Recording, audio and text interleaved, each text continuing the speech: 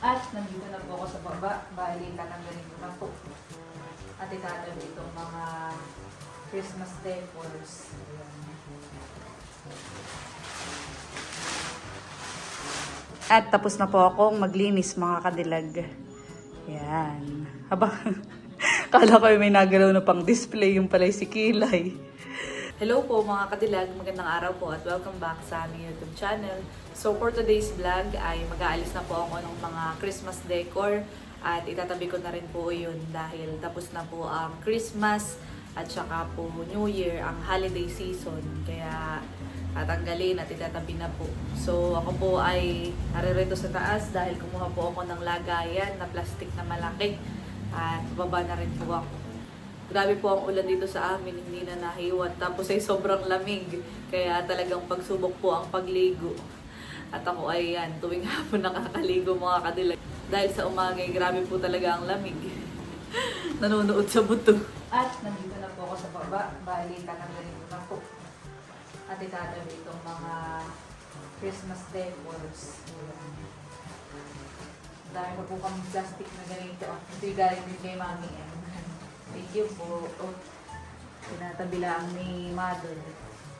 At magaganda. Mga aesthetic. Ito ko na muna ilalagay yung mga Christmas balls. Nalagay sa plastic para next year. Ayan. Maayos pa. So ito naman po mga Christmas decors. Itong aming malaking Christmas tree ay from Tita MJ. Ito na siya kay Tita MJ. Tiyak na ito ay magagamit pa next year.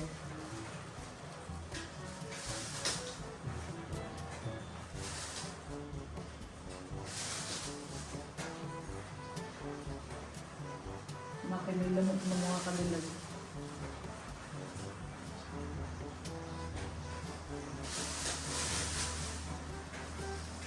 Napakabilis lang po talaga ng panahon. Parang kailan lang mo ako yung nag-decor na ito. Katulong ko pa si Chloe. Ayan, ay tatanggalin na.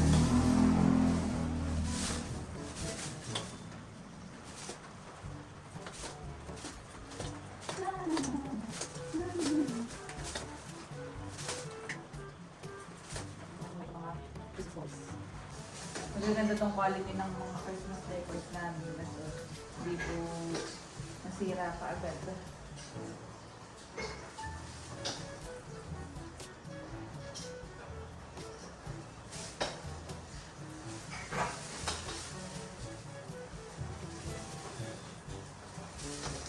Madami din po kung tinatanggal.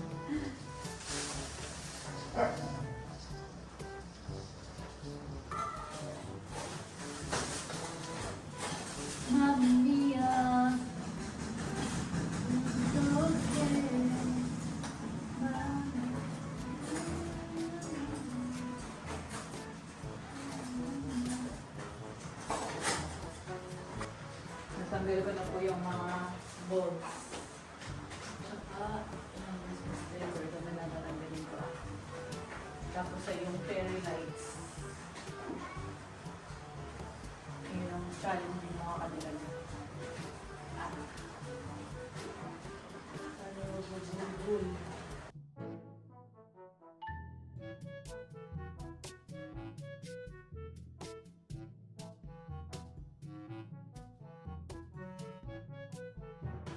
So yan po at natanggal ko ng mga kadilag. Medyo natagalan ako pagtanggal ng fairy lights.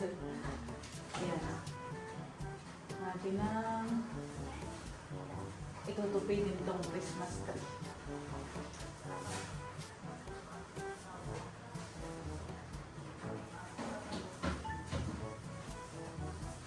Oo, ay nga pala natatanggal.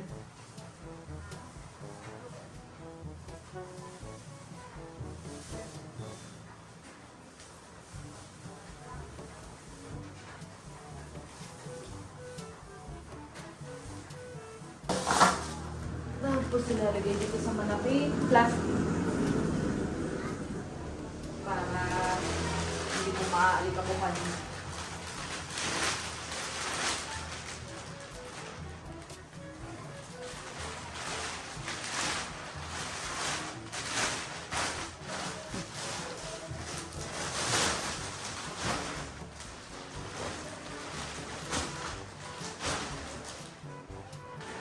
Ayan, at naalagay na po na dito sa plastic yung Christmas tree.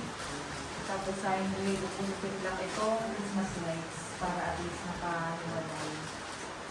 Pagtatanggalin ko na lang po yung naduloy sa may hagdanan.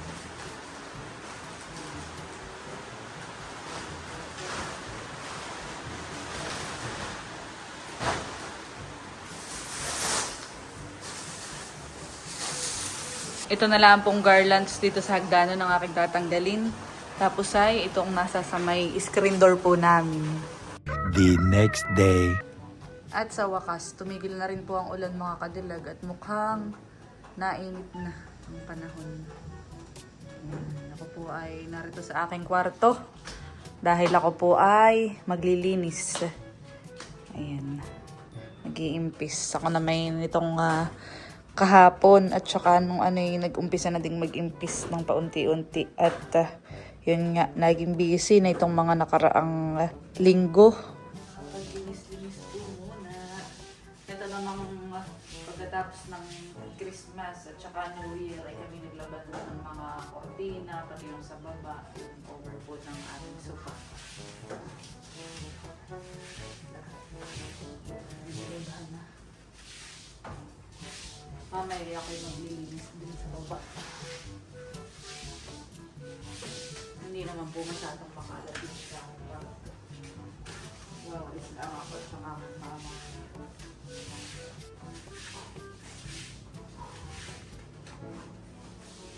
Yan na lang po talaga ulit. Grabe. So bago ako maligo, ay nag-iimpis po muna ako.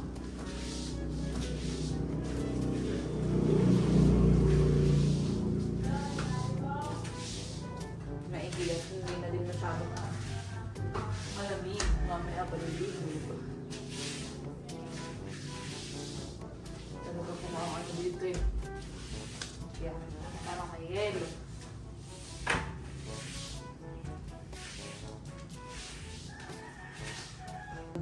Lilinisan ko na din po dito sa may labas ng kwarto namin magkakapatid.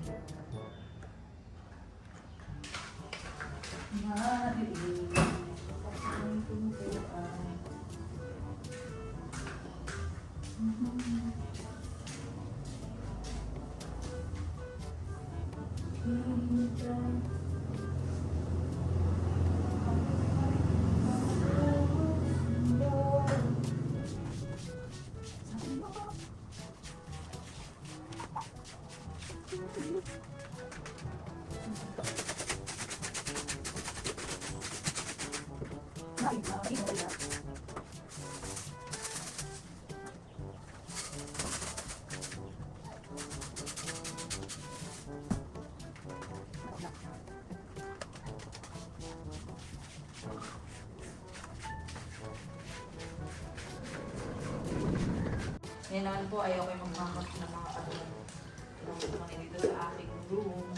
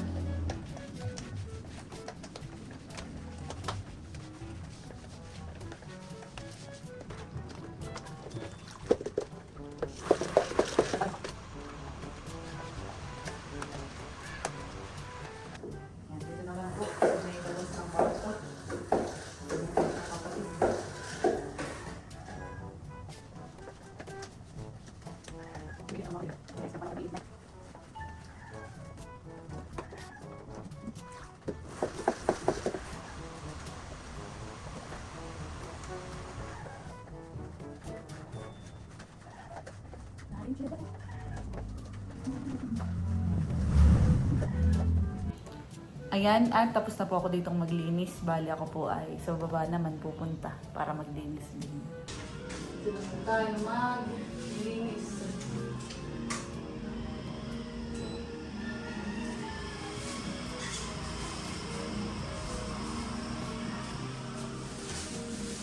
Gagamitan ko rin umalis yung mga katulad para maabot ko yung mga natin dito sa taas ng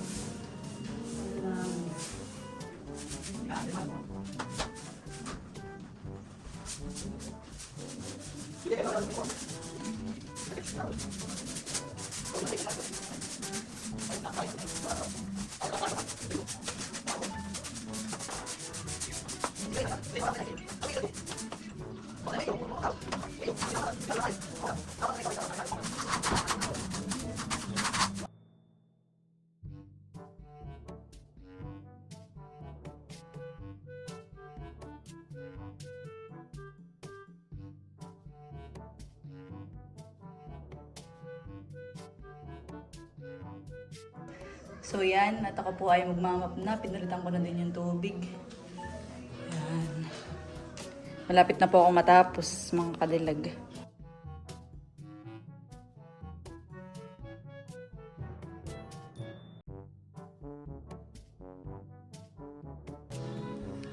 So yan, at tapos na po akong maglinis, mga kadilag. Yan. Aba, kala ko may nagalaw na pang display yung palay si Kilay. Yung po, paborito na yan, doon sa may ilalim ng aming lagayan ng wifi. Ayan, yung pong ibang pinadala ni Mami M na pang Christmas decor, di ko na tinanggal muna. At maganda, cute. Hindi ko po muna. Tingnan. At itong pang-display namin dito sa baba ay nakakatakot at nagalaw. At yan mga kadilag, bali, hanggang dito na lamang po ang aking vlog. Maraming salamat po sa inyong panonood. Sana po ay nag-enjoy kayo. Please don't forget to like and subscribe. Bye-bye!